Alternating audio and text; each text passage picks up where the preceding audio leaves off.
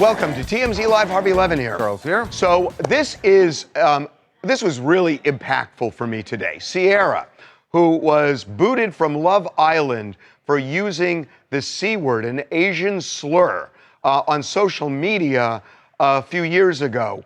She has now spoken out and explained what she did. And I gotta say that at least on the surface, this is the template. Really, this is the blueprint for the way people should apologize for missteps like this. It came across very, very sincere. She talked about why she used that word and said that she doesn't expect forgiveness. But what's interesting here, and which I had no idea until she posted this, she's already done an apology like this. The difference is she wasn't on Love Island when she did the apology, but she gets into the fact that she really is contrite over using this word and trying to move forward. I want to first start by addressing not just anyone that I have hurt or deeply offended, but most importantly, the entire Asian community. I am deeply, truly, honestly, so sorry. I had no idea that the word held as much pain, as much harm, and came with the history that it did, or I never would have used it.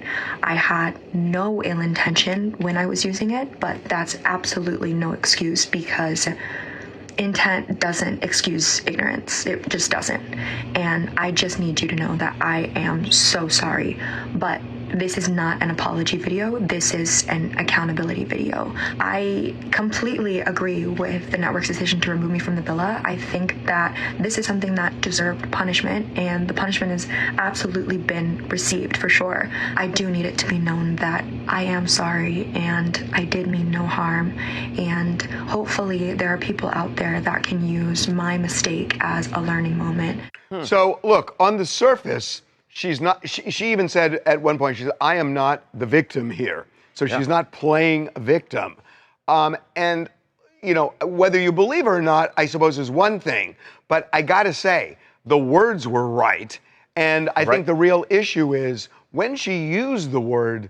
I think what she's saying is, I didn't understand it was racist. See, I think that's what she's saying. The part about the apology, she says it's not an apology video, but what I appreciated, and I was glad she said, she owned the ignorance. And she said that intent is no excuse for ignorance.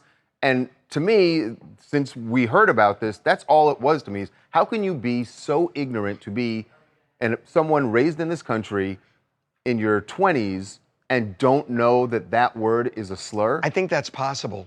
I think that's possible. Well, it's ignorant. I'm not saying it's not possible, but I think it's fully ignorant. I appreciate that she owned the fact that it was ignorant for her to not know that if she really didn't. Yeah. 1000%, Charles. And also, too, one of the things where, as she got further into her apology, she did want to point out to her fans that someone has in her past pointed out to her that the use of that word is demeaning, it is wrong to be using, and it is irresponsible. And she showed her lengthy response to that person, basically thanking them for telling her that she shouldn't be using it and that it is offensive to the Asian community. You know what's important is that, and I know we showed it for just a moment earlier, that apology, that interaction she had with someone, that was on social media. But it appears that those are direct messages, right? So nobody would know that. Right, but the fact that the person didn't, or the person, whoever, you know, this person seemed like it's the person that screenshotted Cierra's post and almost harbored it, and then, you know, went to Cierra's DM, sent her a message letting her know that this is wrong to use.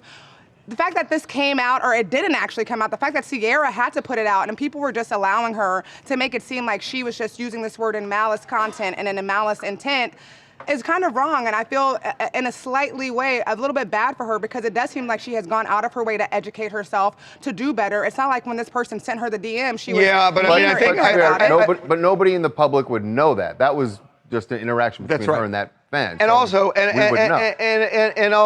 also, I think what I want to really hear, and I'm kind of excited about this, is from a cast member who is Asian, right? Who would weigh in on the apology, and we got somebody. Right. Joining us now is Sharon Gaffka. She was on season 7 of Love Island UK. She is of Southeast Asian descent, and she is joining us now from London. Sharon, welcome to TMZ Live. Hey, Sharon. Thank you for having me. I did not expect to see such an old photo of me pop up on the screen. So that was a jump scare Wow, for I me. got worried when she said, I did not expect to see such old, and I thought she was going to be, it was a comment about us, but okay. Okay, well, here's the deal. You're young enough that there's no such thing. But anyway, you heard the apology. I mean, she is sounding as heartfelt as she can. You buying it? I personally don't buy it. I think she's tried her hardest to not give the very stereotypical creator influencer apology, you know, the fake makeup, the fake tears, but for me, I think it still lacks accountability. For her to sit there and say that she didn't understand the history or the meaning of the word. I mean, to not understand the history is one thing, but if you are in an English-speaking country and have access to the internet, then I don't think there's an excuse for not knowing that such a word has hurtful and racist connotations. And I actually, Sharon, tend to feel the same way. That was my feeling about this when the story first came out, that how could someone in their 20s growing up in America not know that that is a slur? But I will say, having heard her apology, it struck me as genuine. And I know you said that it struck you as kind of hollow. She sounds genuine that she wants to be better. So if we can get past whether or not she knew that it was a slur, she certainly sounds like she has done the work. And what I didn't know, which I found out in her apologies, that she actually did apologize when this happened on social media. And that was never clipped out. Everyone got the screen grab of her using the slur, but they never saw in the comments when she actually responded to someone who called her out. So does that change anything for you? Yeah, I mean, in the apology where she started out by saying that people were retaliating by attacking her family and calling members of the ICE police force, I thought that was actually disgusting and abhorrent behaviour. And I think it says a lot about the political tensions that are currently happening in the US. My first experience of seeing the screenshots was in her apology video. And I do think that it's great that somebody called her out for it. I agree that she has taken accountability in those initial messages. I think where I struggle is that obviously it's not the first time she'd used this word. The first time I'd seen was in 2015. And it blows my mind that it's taken till now for her to be called out or told that word is wrong and for her to hold accountability. I don't know how somebody got hold of that screenshot from a post of her using it in 2015 if she had genuinely taken it down and learned from her lesson. I hear what you're saying, that you say on the one hand, it's just hard to believe that anybody would not know the meaning of that word. But I don't know. To me, I'm always amazed at the level of ignorance that a lot of people have in various ways.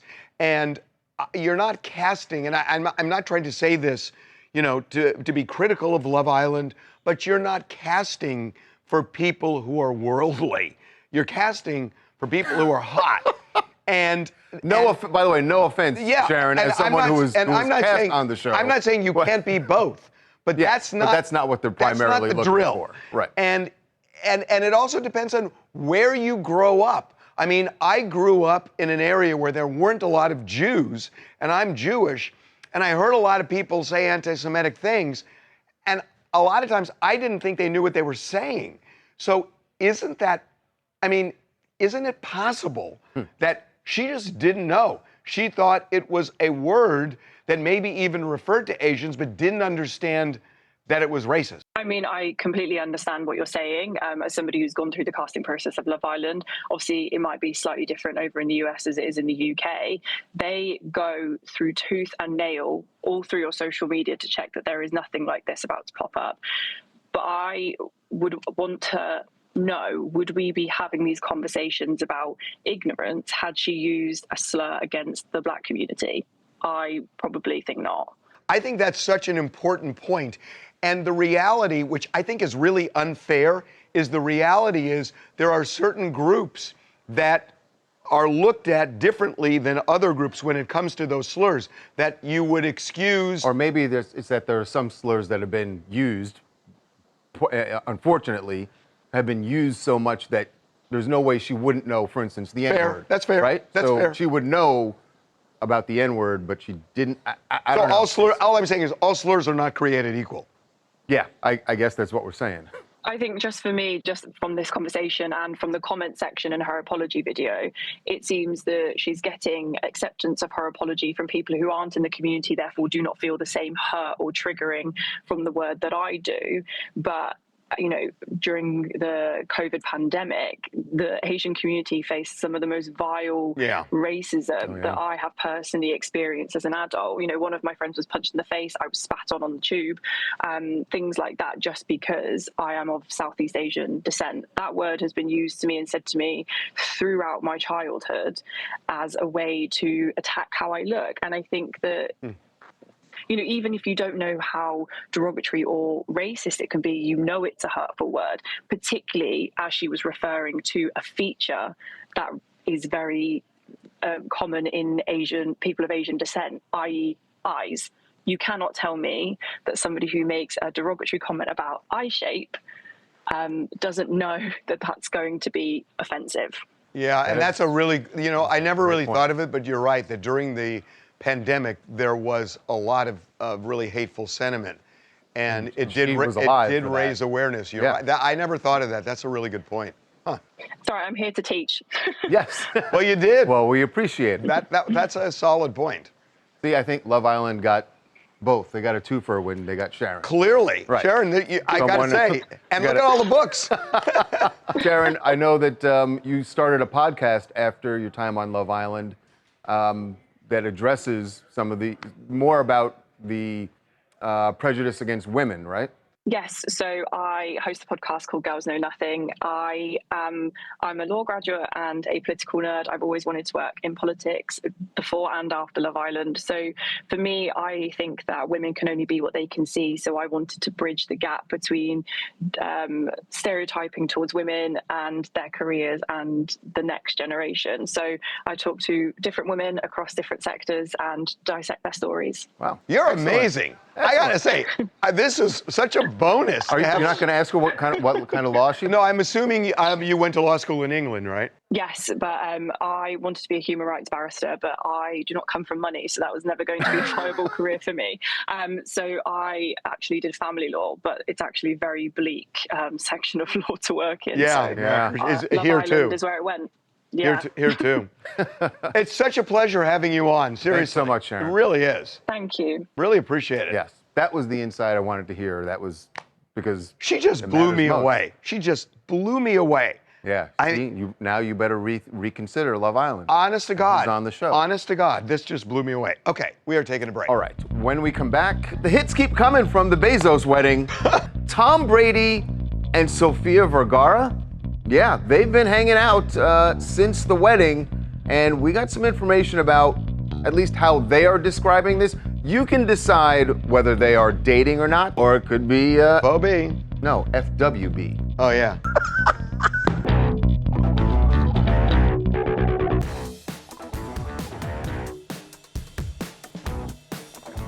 This is a couple, I think a lot of people could warm up to this. Yeah, I think so too. Tom Brady and Sofia Vergara. Yeah, I buy that. As far as them being a couple, well, the reason that this even became a conversation is because they were at the Bezos wedding, and there were some photos of them at one of the events around the wedding where you saw them hanging out there. J Balvin was coming over, giving them each a hug, and that photo sparked a lot of conversation about whether or not these two would be a nice couple. Turns out they kind of are, although... Define couple. Well, that is the issue here. What is a couple? The phrase that was used when the people we spoke to, they said summer fling. A summer fling. And they also said not dating. Okay. Now that, I don't get necessarily the distinction. A blurry line there. So is the idea of a summer fling, we're on vacation, we're screwing around, but it's not like we're going to date necessarily when we get back. That doesn't make sense to me because if they're screwing around during the summer. We should say they're both still in Europe. Yeah, and if they're into each other, why is it? Oh, we can only do this in Europe. We can't do this in Miami. It's like it doesn't make sense to me. Yeah, I don't understand how you have a hookup without romance too. Is this like a no kissing zone? When I just don't understand the delineation between the two. Look, they both live in Miami, right? When they come home, that'll be kind of the true test of what goes on. But I've never had a fling. And in the summer when you come back, if you're still living in the same city, why wouldn't you? If you're living in exactly, Edward, exactly. That if she's living in Spain and he's living, but when they come back, he's going to be traveling a lot. Well, that's a lot of relationships with celebrities. Yeah. I mean, they still date. Well, maybe that's why they've just decided they just want to make this while we're in Europe on vacation. It's a summer fling. Have you ever heard of a summer fling like this? Where one of the two doesn't catch some feelings. The difference is these two look the way they do, and so everybody wants it to be more. And it may or may not be. But it's possible it could just be a vacation. What is the difference between dating for the summer and a summer fling for the summer? Dating, when you say dating, it makes it seem like there's an intent for this to go longer. And maybe they just don't want to say. Okay, here's the thing, Charles. If it really is a summer fling, the technical definition is you never go out to dinner. You just, Well, they were at a party, so. Okay, well, at a point, it's kind of dating. I'm sorry, you said you don't go out to dinner, you just, what? You just stay at home. You say, hey, Play you want to come over? What? No, hey, you want to come over? It's sort of that. It's not, oh, we'll go out to dinner. You want to come over? Edward, help me out. What do you call this? You just hook up. You don't exactly. go out. It's Netflix and chill. Yeah. You call up and you say, hey, it's 1 a.m. You want to come over? I mean, that's the fling part. Right? Yeah, you're right, Harvey. You're right. You're absolutely right. That's true. I'm Olivia. I'm in Los Angeles. I don't know if I'm buying the whole not dating thing. To me, it's very much giving like PR spin. Like Sofia Vergara maybe doesn't want to link herself directly to Tom Brady because he's had such chaotic, depressed post-divorce energy. And I think everyone in the public is kind of like sensing a bit of a sinister cloud around him, especially after Oh my God! Really? Sinister wait, cloud? This is I hadn't heard this. I haven't heard it People either. think he's depressed? Yes. Have you seen? No. He's living a life here. Wait, what? No, does that guy look depressed? Do you guys remember after Giselle Bundchen's pregnancy? Yeah, for 10 minutes.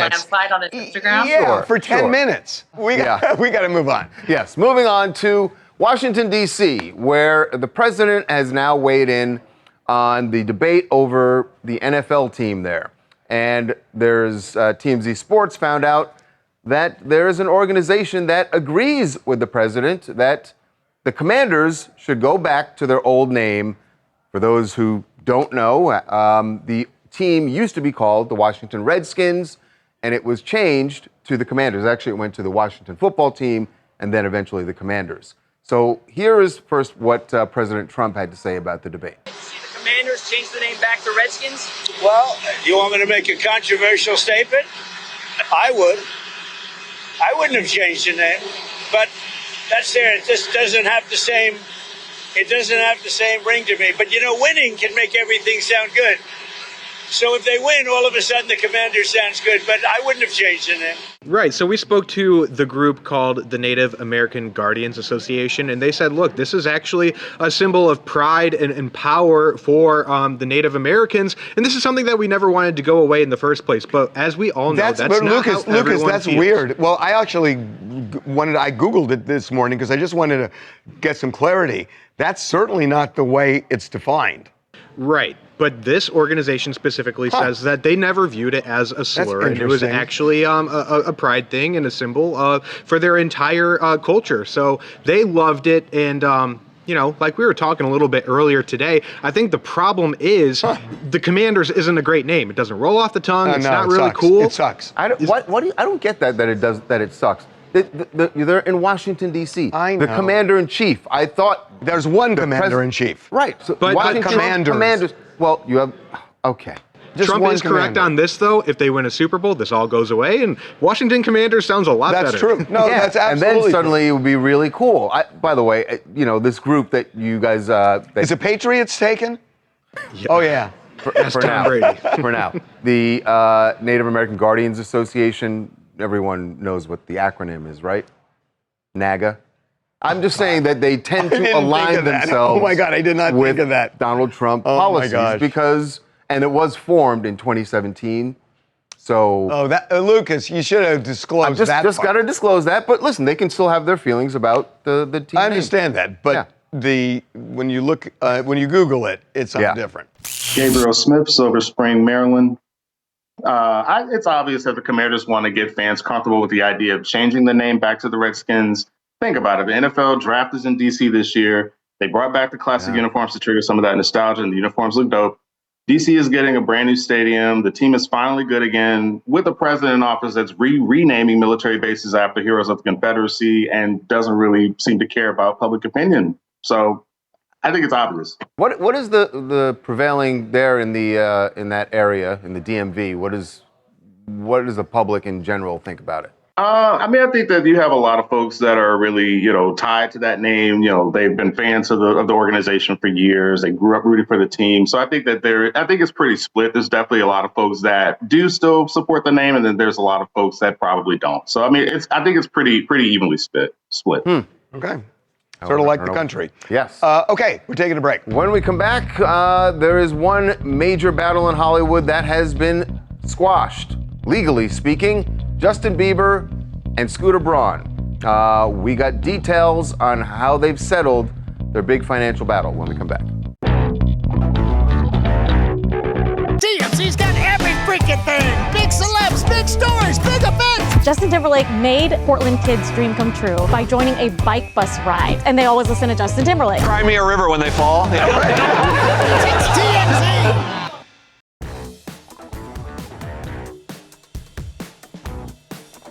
Well, on any other day, the big news would be that Justin Bieber has an album coming out. Yep. Which we will get to, and that is big news. Financially speaking, in the immediate time right now, the bigger news is that he and Scooter Braun, his former manager, have settled their financial dispute. And we laid out the details of this financial dispute, which involves a lot of money in our recent documentary, What Happened to Justin Bieber. We should say, streaming now on YouTube. We should say that money drove a huge wedge between Justin and Scooter. Scooter was his surrogate father. Justin grew up with Scooter since he was 13. They were just like this, and it all blew apart. And it blew apart over money. And we kind of broke all of this down. But the bottom line, what we found, and this we know triggered settlement talks. What we found was Justin believed Scooter owed him tens of millions of dollars that he overpaid in commission. They actually did an audit, and they found it was the opposite. That Justin owed Scooter $8 million. And we said at the time, Scooter waived that money, didn't want it, said, I don't even want it. But there were two other things. That Scooter fronted the payback of a loan that Justin got from AEG. When he canceled the tour. And Scooter paid $26 million to AEG that Justin owed him. Scooter also said he was owed $11 million for various other back commissions that Justin hadn't paid. Yeah, and we're told, you guys, that for the past 3 years, it was nasty between Justin and Scooter, basically arguing about all this money. But then we did a TMZ documentary, TMZ Investigates What Happened to Justin Bieber, and we're told that that really changed the conversations that they were having with their attorneys, and they started talking settlement. And we knew about a month ago that they were very close to a settlement, and now we're being told they did settle. Justin agreed to pay the $26 million. plus half of the $11 million that Justin owed Scooter for various things. But another thing that really helped Justin to pay back all this money, remember, we had broke it down in our documentary that Justin was struggling financially. He blew through a ton of his fortune, but Hailey Bieber did sell her beauty line. She got about like $1 billion. Well, she didn't get it. Her company was sold for $1 billion. And she got a chunk of it. But also he sold his catalog for $200 million. Right. So he finally had the money to pay back, but they were squabbling back and forth. And what we're told is there were people in Justin's ear telling him things that may not have been true about who owed who what. But now that's been settled. The question is, over time, will the relationship be repaired? And I don't think there's a clear answer to that yet. Not anytime soon. Not anytime but soon. Who knows down the road? No. By the way, as we mentioned, Justin, his latest album comes out at midnight tonight. It is called Swag. Is that what it's called? It's called Swag. Swag. He's released a bunch of the song titles too. There's a song called Swag. There's Zuma House. Too Long Forgiveness is the very last track on the album. There's other ones, Devotion, Glory Voice, Memo. So yeah, it'll be interesting. This is his big comeback album.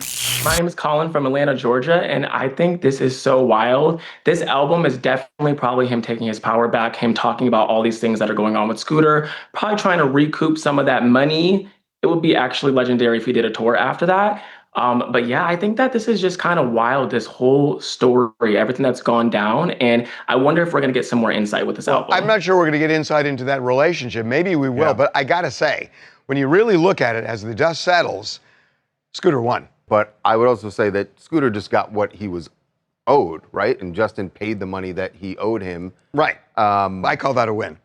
It's a win. But it's not like Justin is hurting for money now that he's paid it back. No, but he's paid back. So everybody's going to be fine. Yes, I think that's fair. Yeah. We're taking a break. All right, when we come back, Michael Rapaport in the middle of a huge dispute over the Holocaust, a photo that he posted trying to say and do something good for the Jewish community. He is now being called out by a museum that says he is sharing misinformation. Was it done intentionally? I don't think so at all, but we will hear what Michael has to say about it when we come back.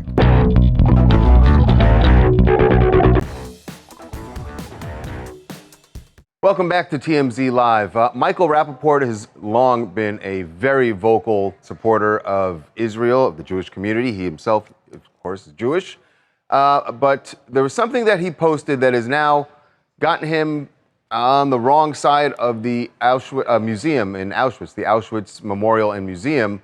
Says that Michael did something dangerous in posting this image. It is as they say, the museum says this is actually an AI image, but Michael had reposted it talking about the horrors of the Holocaust. But the point of the image was supposed to be that even in the middle of this, the humanity of this man who is near death, still playing the violin as people are marching around the museum, around the concentration camp. The argument against this is that there are an increasing number of Holocaust deniers, and that when you put a picture up that is not authentic, it feeds into that. Right. There's another side. And I think that's the issue that the museum... There's another side that I strongly believe as a Jew, which is, I think this accentuates the point of the Holocaust, that you don't necessarily need to play to the fringe people who believe the ridiculousness that there was no Holocaust, and that that this really, look, they have a museum now where you can look at a screen and ask a version of a Holocaust survivor who has since died questions, and they answer them. It's not really in the museum. There's a hologram. In the museum. But they did it. Right. They did it obviously before they died and asked these people a million questions, and they answered them. So it becomes this kind of talk back. Well, you could say that's not authentic, but it's impactful. And I think that's authentic because it's coming from the people who actually were there. But you know what I'm saying? That it's still, it's treated. And here, I mean, I think it's impactful, and I agree with Michael on this. I think you're right, Harvey. I mean, this is a question of intent. Michael is clearly a very passionate, pro-Israel, Jewish man. He was not trying to spread misinformation to lead to Holocaust denial. He's using AI. He was duped into it. He thought it was real, but I don't think it's duped. I think it's a really moving picture. But I think if he knew that it was, and he didn't know that it was AI. Well, he knew that there wasn't a violinist. No. First of all, there were. Correct me. There were people who but not. I mean, that picture. No. I think he thought the picture was something from an archive that had a story behind it, and he was spreading awareness. Well, of, we have of the triumph of we the just human got a spirit. statement from him. So we got a statement from Michael. He said, "I apologize to any Jewish people that I've offended by posting an image that I believed to be real. Oh, okay. It could have been real, but in this artificial world we live in, it turned out not to be. Okay. I'm not going to stop speaking out for the Jewish people, and you're welcome to run any stories you want about it.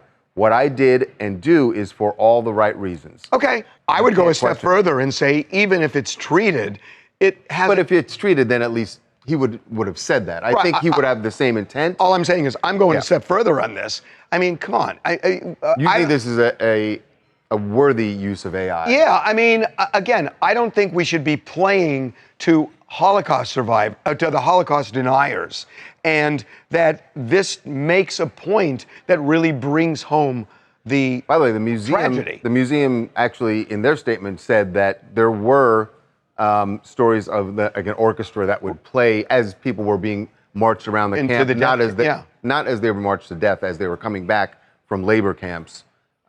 There were people who would play in orchestras. So, Toysi from Toronto. I understand the impact in which that he was trying to come across with the image, but with the use of AI, you do need to be careful and do your due diligence to figure out if it's real or not, because people might have, like, especially historical figures who do their research and stuff, they might have, issues with people putting out false images. So maybe next time he'll just do more research. Yeah, there are going to be so many debates over this stuff in the coming years. We've already seen it here. Oh. When you get an image, you see it, you have to go like, all right. Is it? Is it? Yeah. It's going to be a whole new world, folks. Indeed. Okay, taking a break. Actually, before we take a break, we want to show you an interesting date night. This is interesting. For Casey Anthony.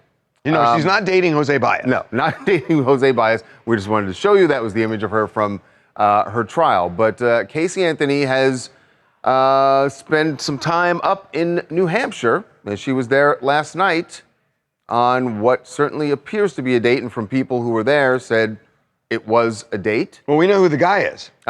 He is a gun shop owner in the area, and they...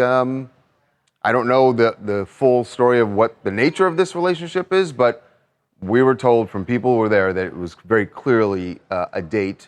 Don't know how long. Yeah, right, Charles. So we've been reaching out to people. It's kind of unclear how they met or how serious this relationship really is. But basically what we were told from people at the restaurant, they were there, they were watching the Red Sox baseball game, very touchy-feely, both had sandwiches. The interesting takeaway from me is, like, first of all, I don't know if we've seen her with that bob haircut. So we know something about him. It's interesting that the New York Times did a profile on him, not over this, but before the election. And he's kind of conflicted. He's a Second Amendment guy who also believes in women's reproductive rights. So he's kind of on both sides. We don't know where he lands there. I just found that kind of interesting as the gun shop owner. Definitely. I'm sure it was made for good conversation during their date. Hi, I'm Dina from Los Angeles, and I think anytime you see somebody who's been a part of such a high-profile criminal trial out on a date after acquittal, even if it's been 15 years, is objectively really strange, because all these thoughts come to mind, like, who's going to date this person? But it's been 15 years, she's been found not guilty, so aside from it just being strange for the general public, I mean, what can I say? Someone's going to date her. Definitely. I don't think that she's been hurting for dates. Let me tell you something. If she went to prison, somebody would still be dating her. Because that's the way it works. Well, that's a different situation altogether. No, I'm saying that... Oh, I get it. I'm sorry. No, I'm someone saying... outside of Someone prison. outside of prison. Right. I wasn't... All right, I know what you were saying. Oh, my God. All right, now we will take a break. Okay. When we come back. I can't believe your head. Oh went there. boy, the Jeffrey Epstein conspiracy theorists are gonna love this one. On the heels of the DOJ statement that there's no client list, wait until you hear what an author says were Jeffrey Epstein's final words hours before he killed himself in prison.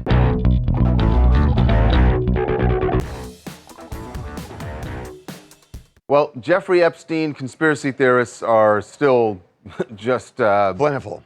Well, yes, they're plentiful, but also they're heated up this week because of the DOJ statement that there's no client list and that you're not going to see who all of his rich and powerful friends were on the island. Well, now Michael Wolff, the author, is speaking out about his final communications with Jeffrey Epstein. And he says that this happened just hours before Epstein killed himself in prison. The words that were used is what is very, very interesting and is going to stoke a lot of conversation. This is what he said on the Daily Beast podcast. I believe that I got the last message from him before he died. And this came through one of his lawyers, and on a Friday evening. He died on Saturday morning, and he died theoretically by hanging himself. And his message to me hours before this happened was, and it was just in response to me asking, how he was, and he said, "Still hanging around." Do you think that was a coded message? No, I don't know. I mean, it is weird because it's not a direct response to the question, "How are you?" Right. Just hanging around. Still it hanging feels around. like it was something a little bit forced, which makes it intentional. Also, don't forget that Jeffrey Epstein had tried to commit suicide not that long before that. I believe a few weeks before that by hanging.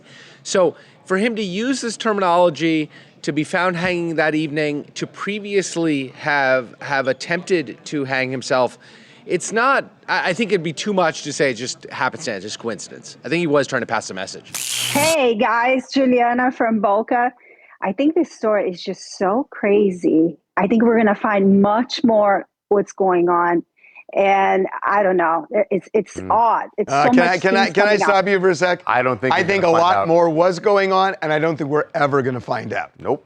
That's the way Washington works. Thrown into a vault. Okay. When we come back, Faith Evans now involved in a lawsuit. She is being sued over Notorious B.I.G. Enterprises. Someone connected to Biggie's mom claims Faith is trying to do when we come back.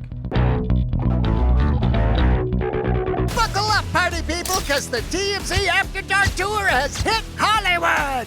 Get ready for a 2-hour rager on wheels with the DJ dropping beats as we hit Sunset and Hollywood Boulevard, baby! We see the hottest restaurants, sickest clubs, and stop at banging bars along the way! The festivities kick off every weekend from the Hard Rock Cafe at 7:30 p.m. So head to TMZTour.com to book your tickets for the TMZ After Dark Tour! It's gonna be epic! Well, Faith Evans, who is Biggie's widow, is now being sued by the guy who used to be Biggie's manager. This all has to do with the death of Notorious B.I.G.'s mom, Valletta, and Notorious B.I.G. Enterprises, which is the company that basically handles all of merchandise and royalties having to do with... I mean, think of the Michael Jackson estate, but it's Biggie. Right, exactly. And when Valletta was alive, she and Faith had 50% ownership, each had 50% ownership in this enterprise. Right. So when Valletta died, a guy who used to be Biggie's manager, Wayne Barrow, became her trustee, the trustee of Valletta's estate. He is claiming now in a lawsuit he's filed against Faith that Faith is not working with him, and he believes that she's trying to seize control, full control of Notorious B.I.G. Enterprise. Yeah, essentially, Biggie's murder made Faith Evans a widow at a very early age, and, she's been used to operating the estate as is all these years. So with the death of Biggie's mom, obviously there's going to be some friction with a new trustee. So was the mom kind of deferring to Faith and saying you can run things, and now that the mom died, that the trustee wants to be more aggressive with it? Correct me, Trent. I think Wayne, who is the trustee, is saying that he's claiming he and Valletta ran the enterprise. They did. Faith was, it's like she got paid out. Then what's Faith doing now to make them want to stop? I don't know, but Valletta was very, very, very vocal, very, very prominent in, overseeing Biggie's estate and raised it up to $10 million. It's worth a lot of money to this day. Right. Hi, my name is Ray Paul in New York City. And I just think that this is really terrible if the allegations are in fact true, that, Faith is withholding the proceedings. It just goes to show in this specific situation that money is the root cause of all evil, and that rings true. Well, I will tell you this. I won't say evil, but money, when people die, it becomes such a source of conflict. Right. We should say we have reached out to Faith because we don't know what her side of the story is. This is what Wayne Barrow is claiming in the lawsuit. Okay, what else you guys want to talk about? Hi, it's Tasha from Brooklyn, New York. And to be honest, Cierra, with that empath sweatshirt and the public apology, that feels a little packaged to me. And again, I'm not saying let's go attack her. She's apologizing, but it just feels a little curated. Now, I'm not looking to call ICE. I'm not looking to spew any death threats. I am a little offended. So hopefully this is a learning lesson, and hopefully people back off too, Yeah, that's not the way social media works. Nobody backs off. Okay, we're going to take a break. When we come back, LeBron James is building a palace fit for the king, I guess you would say.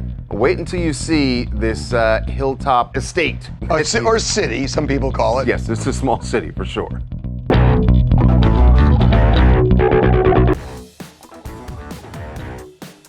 LeBron James, whatever happens with his playing career, he has signed on with the Lakers for another year, though some people think he's going to end up someplace else. His roots are here, as far as his family and living, are here in Beverly Hills. Let's call it his foundation now. Yes, a very large foundation, because this is... Look at that. The city in the sky that he is in the middle of building. But it's not just the size of this house and this complex. Look at what it's situated on. It is the highest promontory you can get in Los Angeles. That is king-like. Yeah. That is where kings would be. Looking down on his kingdom. Yes. Once it is complete, it has been in progress. I'm not sure how far along it is, but he bought this property a few years ago. Was in 2020? $37 million. $37 million teardown. There were 2 homes there, as they say, only in LA.